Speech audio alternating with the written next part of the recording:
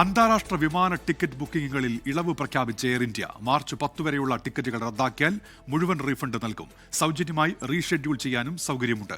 Middle east, UK, Europe സെക്ടറുകളിലേക്കുള്ള ടിക്കറ്റുകൾക്കാണ് ഇപ്പോൾ ഇളവ് പ്രഖ്യാപിച്ചിരിക്കുന്നത്.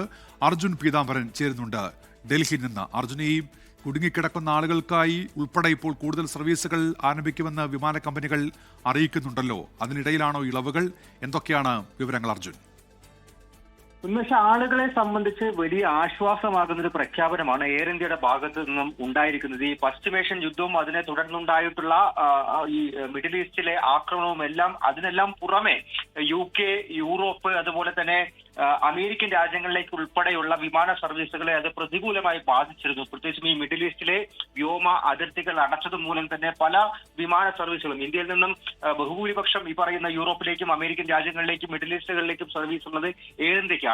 അത് കൂട്ടത്തോടെ റദ്ദാക്കുന്ന ഒരു അവസ്ഥയുണ്ടായിരുന്നു. അങ്ങനെ ഒരുപാട് ആളുകൾ, നിരവധി ആളുകൾ ഇന്ത്യയിൽ പെട്ടുപോകുന്ന ഒരു അവസ്ഥ ഉണ്ടാവുകയായിരുന്നു.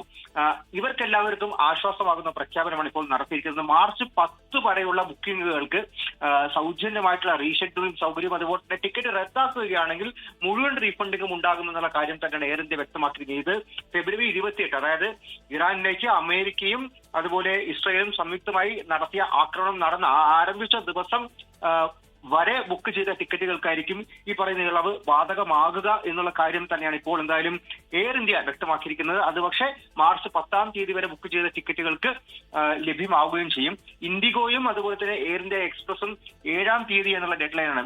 മാർച്ച് 7 വരെയുള്ള ടിക്കറ്റ് ബുക്കിങ്ങുകൾക്കായിരിക്കും ഇളവ് നൽകുക. അതിന് പുറമെ ഈ മിഡിൽ ഈസ്റ്റുകളിലേക്കുള്ള സർവീസ് എയർ ഇന്ത്യ വർദ്ധിപ്പിക്കുന്ന ഒരു പ്രഖ്യാപനം കൂടി നടത്തിയിട്ടുണ്ട്. നാളെ മുതൽ ജിദ്ദയിലേക്ക്, ഡൽഹിയിൽ നിന്നും മുംബൈയിൽ നിന്നും ജിദ്ദയിലേക്കുള്ള സർവീസുകൾ സാധാരണ നിലയിൽ നടത്തും എന്നുള്ള കാര്യം തന്നെയാണ് എയർ ഇന്ത്യ വ്യക്തമാക്കിയിരിക്കുന്ന കാര്യം.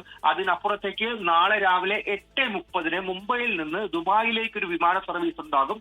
അത് കുടുങ്ങിക്കിടക്കുന്ന ആളുകളെ മടക്കി കൊണ്ടുവരാൻ വേണ്ടിയിട്ടായിരിക്കും. ഉന്മേഷ്, ശരി. അർജുൻ പീതാംബരനാണ് ഡൽഹിയിൽ നിന്ന് വിശദാംശങ്ങൾ നൽകിയത്. ലോകത്തെവിടെയായാലും ഏത് സമയത്തും 24 വാർത്തകളും ഓഗ്മെന്റഡ് റിയാലിറ്റി പാക്കേജുകളും എക്സ്പ്ലെയിനറുകളും വിശദമായി കാണാൻ ഞങ്ങളുടെ YouTube ചാനൽ നിങ്ങൾക്ക് സബ്സ്ക്രൈബ് ചെയ്യാം.